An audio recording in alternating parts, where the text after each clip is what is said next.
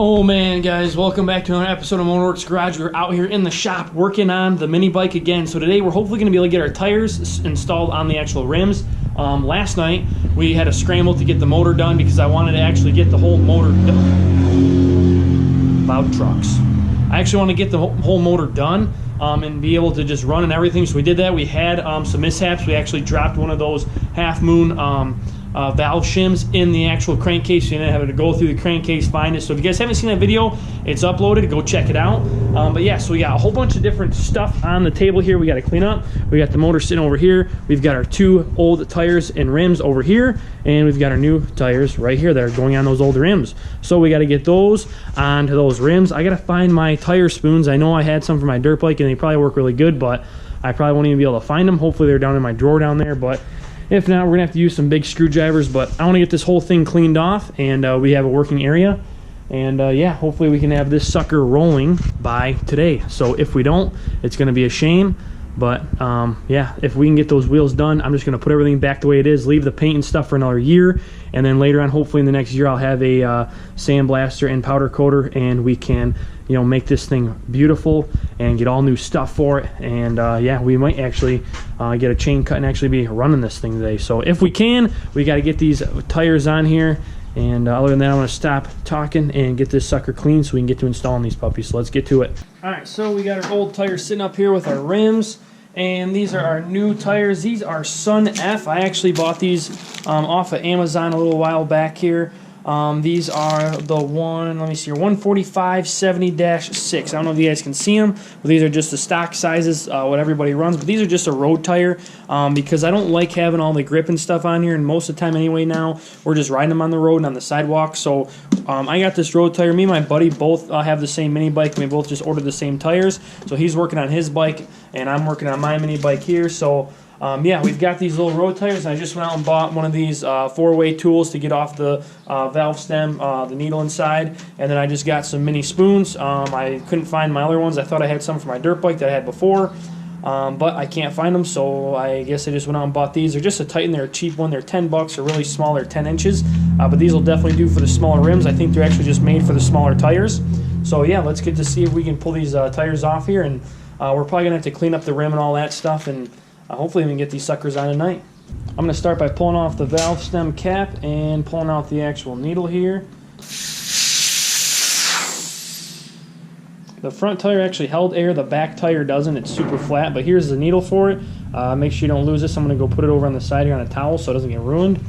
Now breaking the bead is kind of tough because you got to get the bead off the rim. So sometimes, like on car tires, I actually had to take a 2x4 and like pretty much set it up here like this, and then run my actual other car tire on top of it to break the bead off. So hopefully we can figure out a way to get these beads off. I don't know if they're actually set in place good or not, and these ones aren't. These ones are super easy. Actually, I barely even pushed on them and they popped off. So that's a good sign.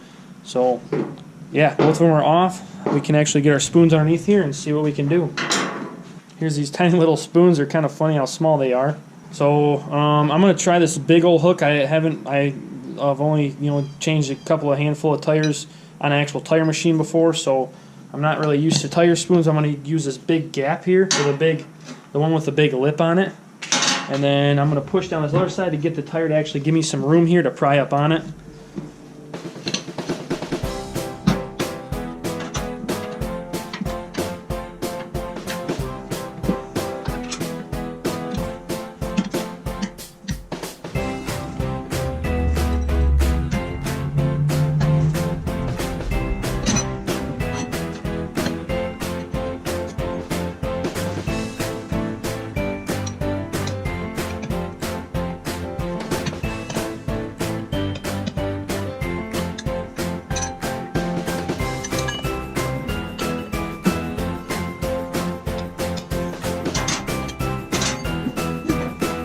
All right, one tire down, one to go.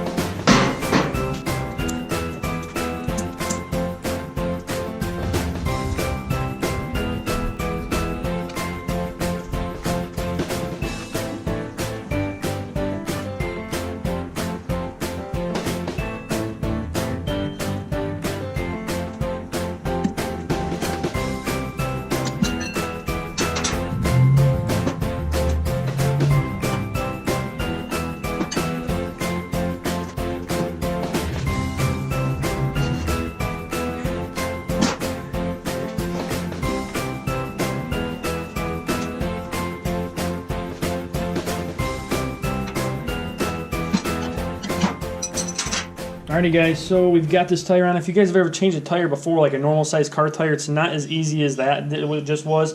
If you're doing it with, we have like a manual. I mean, we have like an actual like air, like it's an old school tire machine. So you don't got any arms or anything. Putting the tire back on there for you. You're still doing the same thing with this, but I mean, just in a bigger size with, double or almost triple the size of these spoons. So yeah, if they're little stuff like this, I mean, this is pretty simple. But you guys could see how I was struggling with it and stuff. So yeah, but we're finally time to put this needle back in. So we're gonna put the needle back in.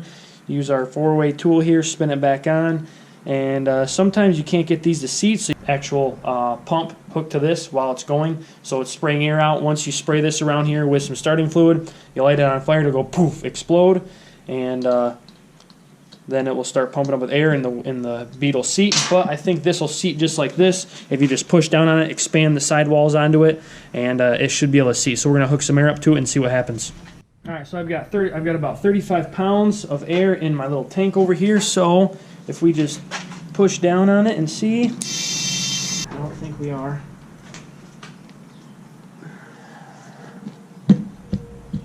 Alright, so we're not getting it to seal. We're going to try one more method before going to the starting fluid. And actually, I mean, we can probably, we're going to try one more method. If you guys don't have any starting fluid or a lighter, which if you have your own garage and you're working out in your own garage, you probably should have that stuff.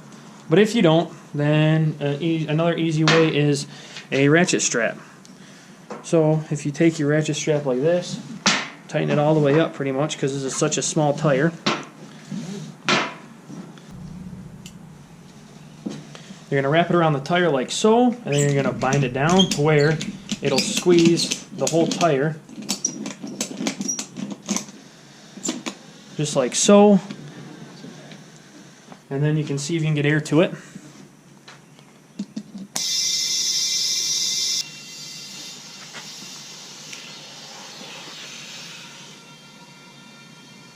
There we go. You just gotta kind of find where it's leaking at. We can take this, hopefully we can get this tire or this ratchet strap off now. Just like that. We've got a tire on the rim. Took us a little bit, a couple different things to try, but we got it. Alright, so on the sidewall here it says, looks like max. Yep, max 2 seat beads, 28 PSI. Pull out your little PSI gauge here, and what are we sitting at? We are sitting at about 12. We might have to turn on my air compressor. I don't think we're going to have enough air.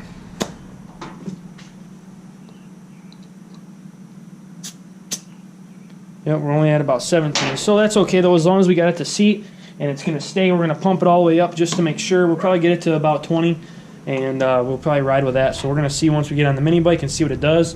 But yeah, we're going to do the same thing to the other one here. So now this one is the rear tire. This one's a little different. You've got your brake caliper, and then you've got your actual gear on the back. So it's just a couple extra steps. You just got to get your Allen keys and take off these 6 screws on each side. And then once you do that, you can have access to actually get into your tire and rim. Alright, so what I did is I just took the brake caliper, put them back on top of the screw head so it's not hitting the ground or hitting the actual table and getting scratched up. We might do something with this, or we might not. If there's any deep gouges or anything, we'll figure something out, but that's just kind of hovering on the table. It's going to sit there until we got to put it back together. Now that we got the actual sprocket and caliper off the other side, it's the same step. So we're just going to take this and take off the valve stem and needle, and then go from there.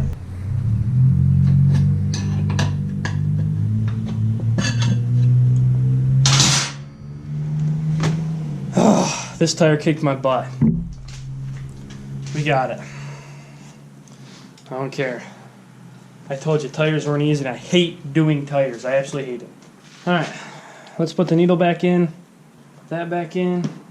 Let's see when you pump this up without having a ratchet strap on it.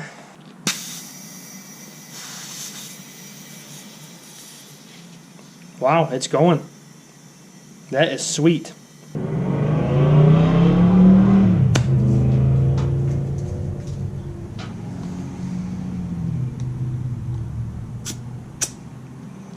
We're sitting at exactly 15. So, gotta turn on my air compressor, get some more air in these, but that is sweet. Now, my rear one, which is this one right here, is leaking. It was leaking on my last tire, so if this does start to go flat, you have to take this back off and take a wire wheel either on an air tool or on a drill, and where this bead seats on the back side of this part of the rim right here, you just take and you wire wheel that and smooth it all out. And then you can take some primer and spray it down in there like paint primer, which it is easier to do when the tire is off, but I want to see if this is actually going to stop the leaking, because if it was just the rim not seating correctly, then that was probably my issue. But I want to see if this one actually will stay on here and stay pumped up. But if it doesn't, yeah, just take a wire wheel, grind where the tire actually seats, and then you're going to have to take your tire back off. But yeah, grind where the tire seats, spray some paint primer on there, like spray paint primer, and then let that dry, and then put it back on. You're pretty much going to scrape, you know, some primer off and stuff, but that's all right because it will form to that. All right, guys, so I haven't been over on this side of the table for, I don't even know, a couple months now, because we've been working on everything else. We got the kitchen going. But yeah, we got a whole bunch of cables running around here. We've got new brake cable, I think. Oh yeah, we actually do. It's a hydraulic one. But for right now, I kind of just want to get all this stuff off the actual frame and clean it up because it's all dirty. And then we can go from there and figure out what we all need. We got all of our parts over here. Hopefully they kind of stay in the same spot that we had them. And I mean, yeah, we'll have to figure something out and see where everything's going. I don't even know where this goes or what it is for anymore. I kind of forgot. It looks like it's for my stem. So yeah, we're going to have to figure stuff out and get this sucker back on. But I just want to get the forks on and get the wheels on for now. So let's work on that part.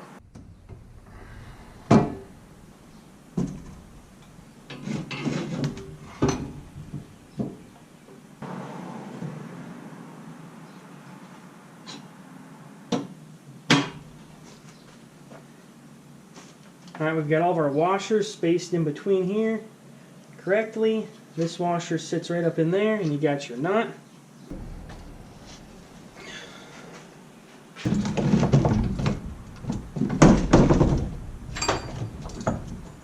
Alright guys, so I thought I was recording, but we got the rear tire on. It's standing up straight. All I had to do is have the actual axle go through. There's a spacer on the right, spacer on the left, so the actual nuts and stuff don't hit. And then once you get that on, you have a washer. Then you have your castle nut. If you guys don't know how a castle nut works, I'll show you real quick. So if you guys can see this, there's a hole right there. Once you thread this on, and of course it's not going to go on with me just holding it, but once you get this on, you just line up these little notches with that hole, and then you put a pin through that so the actual castle nut will not come off, and it won't get loose, and it'll just stay right in its spot.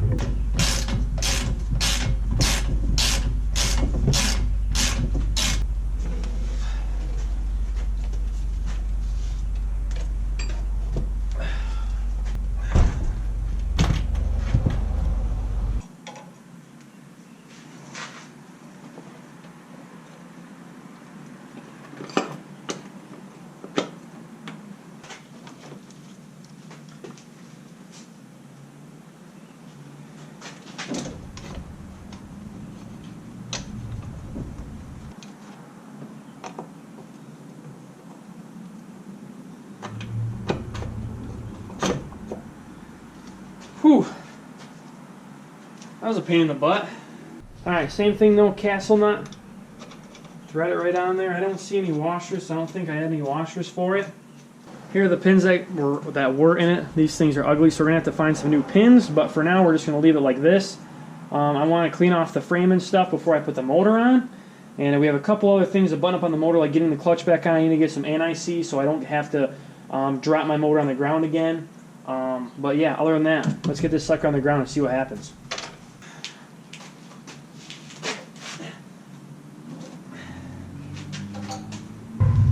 Oh yeah, we got a roller. This thing is so sweet. I haven't sat on this thing in like over a year almost, pretty much.